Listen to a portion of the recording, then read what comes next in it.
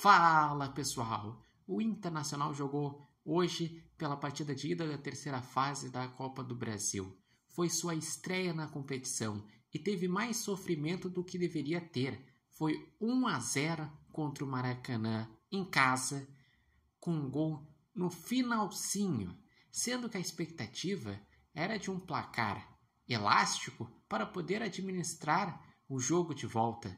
Com esse 1-0, tá tudo aberto. O Internacional vai ter que ir com força máxima ou com um time próximo de uma força máxima quando jogar a partida de volta, que também tinha uma história que o jogo de volta poderia ser em Santa Catarina, de Maracanã vender o mando, mas os próprios jogadores falaram na coletiva que depois vai ter o jogo de volta lá no Ceará, lá no Presidente Vargas. Então, pelo visto, Maracanã ele entrou sim com muita vontade de tentar classificar e fez um jogo dentro das suas limitações. Se fechou, o goleiro Rair foi um dos destaques, fazendo várias defesas. Inclusive, ele falou que ele se sentiu humilhado pelos comentários da imprensa por falar sobre a possibilidade de ser 6, de ser 7-0.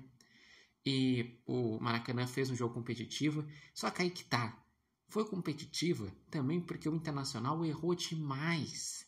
O Inter, no primeiro tempo, sem Alan Patrick, só fazia chuveirinho na área, sendo que faltava ter triangulação, ter uma jogada mais trabalhada. Não, o Inter sentiu a falta do cérebro da equipe, que é o Alan Patrick, de ter mais um jogador na criação como o Bruno Henrique, de ter o Bernabé, que faz aquela combinação com o atacante.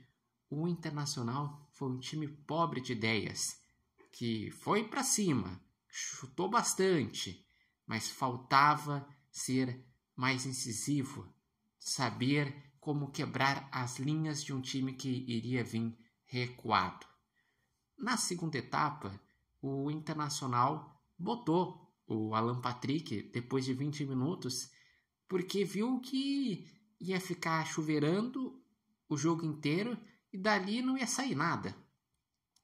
Mas o Internacional nessa partida teve a questão da arbitragem, que teve 2 gols anulados. O primeiro, na minha opinião, foi bem anulado.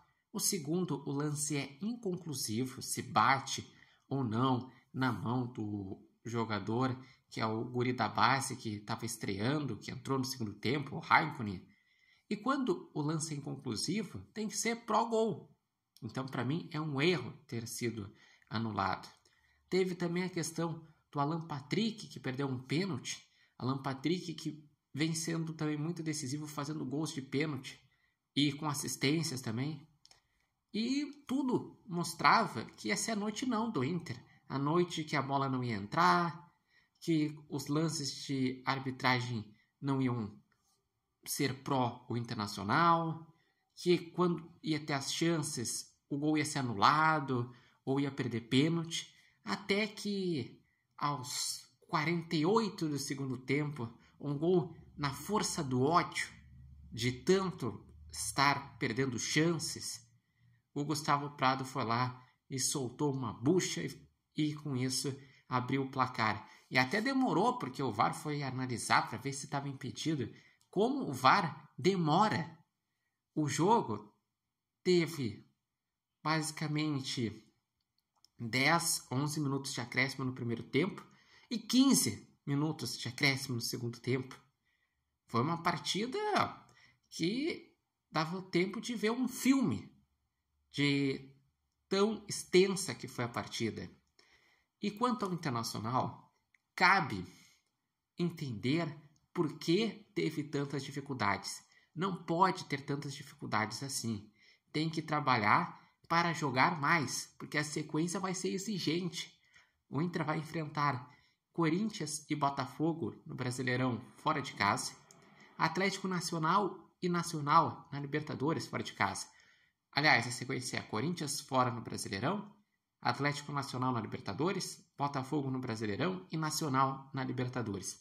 Vai ter que jogar mais bola, porque se jogar o que jogou nessa partida, ou teve alguns momentos de oscilação nos últimos jogos, vai acabar patinando nos próximos jogos. E vocês, o que acharam dessa partida? Ficaram surpresos com essa dificuldade do Internacional? O que acharam da arbitragem? Deixem aqui seus comentários. Lembrando que esse vídeo tem oferecimento de Barbearia Independência e vocês podem acompanhar o repórter Matheus Wolff no TikTok, no Instagram e no canal do YouTube Repórter Matheus Wolff.